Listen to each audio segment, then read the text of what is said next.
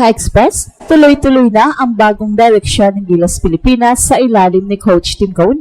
At ngayon, lumulutang ang malaking tanong, ang team ba na lalaban sa 2027 FIBA World Cup Asian Qualifiers ay siya ring isasabak sa SEA Games?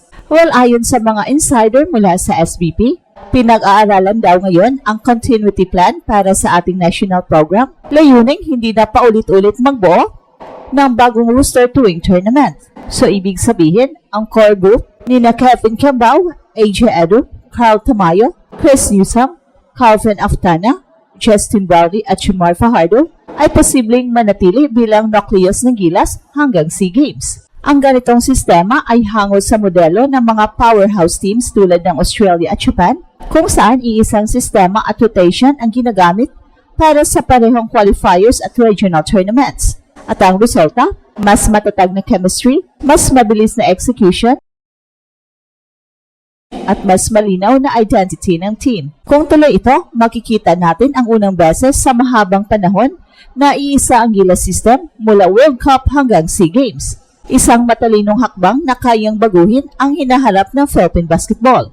So mukhang malinaw na ang direksyon ng Gilas Pilipinas sa ilalim ni Coach Tim Cone at ngayon, usap-usapan ang posibilidad na iisa na lamang ang team na lalaban sa FIBA World Cup Asian Qualifiers at sa SEA Games 2026. At ayon sa mga ulat mula sa loob ng SBP, isa ito sa mga plano ni Coach Tim para tuluyang maayos ang long-term continuity ng ating national program. Sa halip na paulit-ulit magbuo ng bagong lineup sa bawat tournament, plano ngayon na i-retain ang Gilas core na naglaro sa mga huling FIBA windows. Ang idea, isang sistema, isang kultura, at isang grupo ng players na patuloy na maglalaro sa parehong international stages.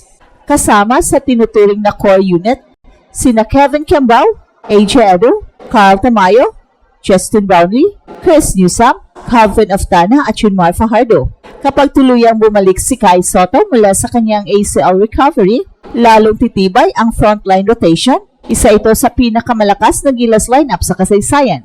Ang sistemang ito ay hango sa mga matagumpay na modelo ng Australia Boomers at Japan Akatsuki 5, kung saan ang parehong core group ang naglalaro mula qualifiers hanggang Olympics. At sa ganitong paraan, nabubuo ang consistency, chemistry at familiarity sa sistema, tatlong bagay na matagal nang kulang sa Gilas. At isa rin sa mga dahilan kung bakit pinag-iisipan ito ay ang reality ng short tournament preparations. Sa nakaraang mga taon, madalas ay kulang sa oras ang Gilas para mag-ensayo bilang buo. Sa bagong direksyon, magpapatuloy ang training cycle kahit matapos ang qualifiers para tuloy-tuloy ang conditioning at tactical growth ng team. Kung matutuloy ang planong ito, makikita natin ang isang unified Gilas program, isang team na hindi lang handa para sa SEA Games gold, kundi nakatutok din sa mas malaking laban ang 2027 FIBA World Cup Asian Qualifiers. Isang matalinong hakbang mula kay Coach Tim, hindi lang ito tungkol sa panalo ngayon, kundi sa pagtatayo ng pundasyon sa susunod na henerasyon ng Gilas. Kung tuloy nga ang plano na gamitin ni Coach Tim ang same Gilas core para sa FIBA World Cup Asian Qualifiers at sa SEA Games, malaking pagbabago ito sa direksyon ng Philippine basketball program. Ang konsepto ay simple pero matalino, continuity over experimentation.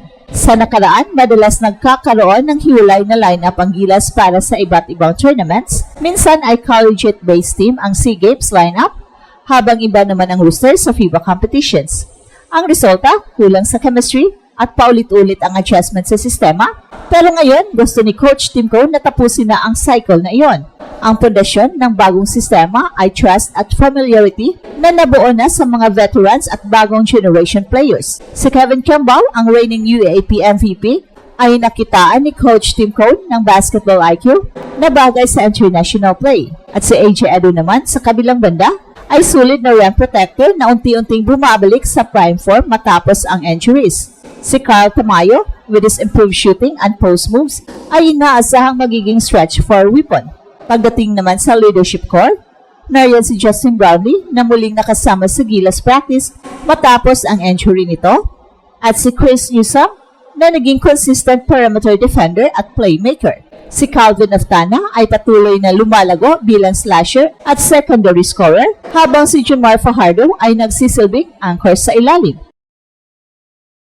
At kapag makabalik na si Kai, inaasahang maglalaro siya bilang starting center, habang sina AJ Edo at Junmar Fajardo ay maaring mag-rotate bilang Twin Towers sa ilang matchups. Ang ganitong rotation ay magbibigay ng flexibility, may defensive presence, may shooting at may size advantage laban sa mga karibal sa Asia tulad ng Japan at Australia. At ayon sa ilang sources, plano rin ng coaching staff na i-maintain ang offensive system na ginagamit sa FIBA qualifiers para masanay ang buong core. So ibig sabihin, hindi na magkakaroon ng abrupt system change kapag lumipat sa SEA Games o sa iba pang regional tournaments. Parehong sets, parehong principles, mas madali para sa mga players na mag-adjust at mas mabilis para sa coaching staff na ma-optimize ang lineup. Dagdag pa rito, magbubukas din ito ng mas magandang pagkakataon para sa mga younger prospects na makasama sa long-term pool. Ang mga players gaya ni RJ Barrientos, Carl Tamayo at Kevin Kembao ay pwedeng mag-evolve bilang core leaders habang dahan-dahan na nagta-transition sina Junmar Fajardo at Tristan Brownlee bilang veterans o mentor. Ang ganitong continuity system ay matagal nang ginagamit sa mga elite basketball nations at kung matutuloy sa gilas, ito ay magiging tunay na solusyon sa matagal ng problema ng team identity. Kung matutuloy ang plano ni Coach Tim na iparada ang parehong gilas lineup para sa World Cup qualifiers at sa SEA Games, ito ay magiging makasaysayang pagbabago sa basketball program ng bansa. Sa unang pagkakataon sa matagal na panahon, magkakaroon ng strategic alignment ang dalawang major fronts ng Philippine basketball, regional dominance at global preparation. Sa nakalipas na dekada, madalas ay band-aid approach ang nagiging style ng gilas, buuin ang team weeks before a tournament, mag-camp, tapos disband agad pagkatapos. Pero ngayon, ang direksyon ni Coach Tim ay pang matagalan, isang unified gilas program na kayang tumagal sa ilang taon, hindi lang buwan. At ayon sa mga ulat mula sa coaching staff, isa sa mga main goals ng bagong sistema ay ang consistency ng playing style. Ang offensive structure ni Coach Tim, triangle-inspired system na may ball movement at spacing, ay unti-unting nang na-absorb ng mga players. Kapag ito ay napagtibay sa FIBA qualifiers, madadala rin nila ang parehong estilo sa SEA Games na siyang magbibigay ng malaking advantage dahil bihira ang Asian teams na may ganitong fluid offensive identity. At bukod pa dito, magiging madali ring i-manage ang rotation at workload ng mga players sa halip na madalas palitan ang rosters, magkakaroon ng hierarchy at chemistry na pwedeng umabot hanggang 2027. At ito ang Express Info kung saan bawat kwento, ginulat ang mundo. Don't forget to like and subscribe.